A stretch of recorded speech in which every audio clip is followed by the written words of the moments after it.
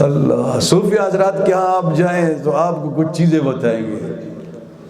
صوفی بننے کے لیے 4 چیزیں آپ کو بتائیں گے. کام کی بات ہے یہ. نمبر 1 وہ آپ کو بتائیں گے، کتابیں بھری پڑھی اس میں نے پڑھی کتابوں میں بات. فرماتے ہیں قلت الکلام، باتیں کم کرو.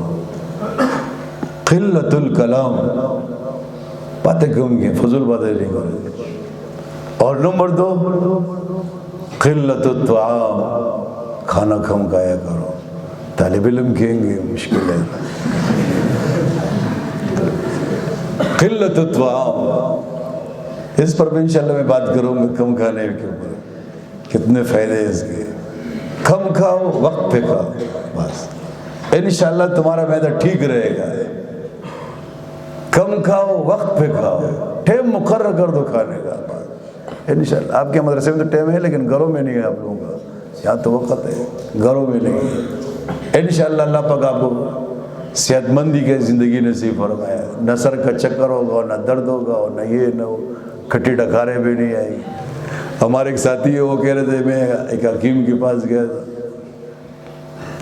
تو اس نے مجھے دوا دی، مجھے شفا نہیں ملی.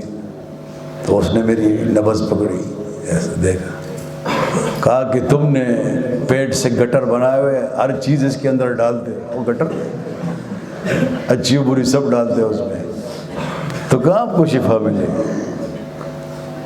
اللہ اللہ.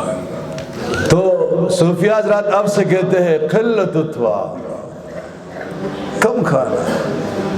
اور نمبر 3 قلت المنام، کم سونا.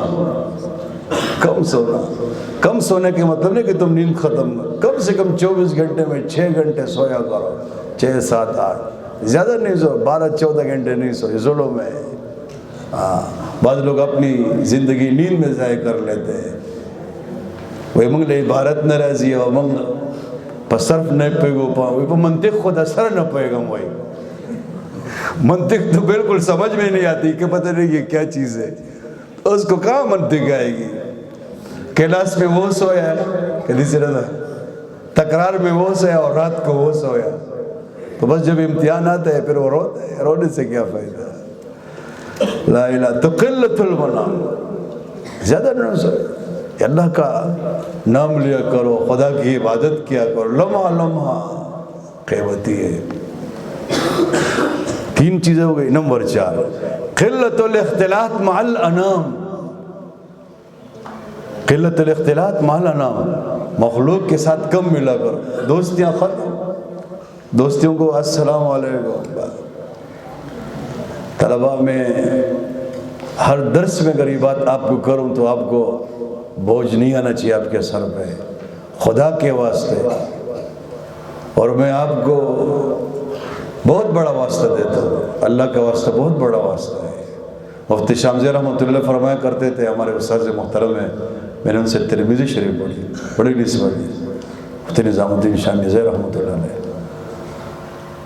وہ فرماتے ہیں اگر ایک چرسی اور رنچی آپ سے اللہ کا نام لے کر کچھ مانگے، خدا کا واسطہ دے، تو اس کو کچھ دینا چاہیے. یہ مت دے کہ یہ چرس لے گا ایرون لے لو. نام کس کے لیا نوید اچھا واسطہ.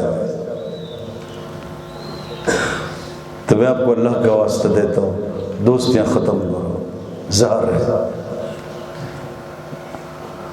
یہی دوست میں تباہ و برباد کر رہے ہیں. میں رب کی قسم کا کر کہتا ہوں، جب تم فارغ ہوں گے اور جب تمہیں کتاب دی جائے گی کہ یہ پڑھاؤ ہے، یہ سر پڑھاؤ، نو پڑھاؤ، قدوری پڑھاؤ، جامی پڑھاؤ، دیوان للمتنبی پڑھاؤ، پھر تم افسوس کرو گے کہ میں نے تو سارا وقت دوستی میں لگایا تھا. دوست پڑھنے نہیں دیتا کسی کو، ادھر جاتے ہیں ادھر جاتے ہیں، یہ ہے وہ ہے فلاں فلاں. دوستیاں ختم کرو، تعلقات ختم. ایک کتاب کے ساتھ دوستی لگاؤ بس.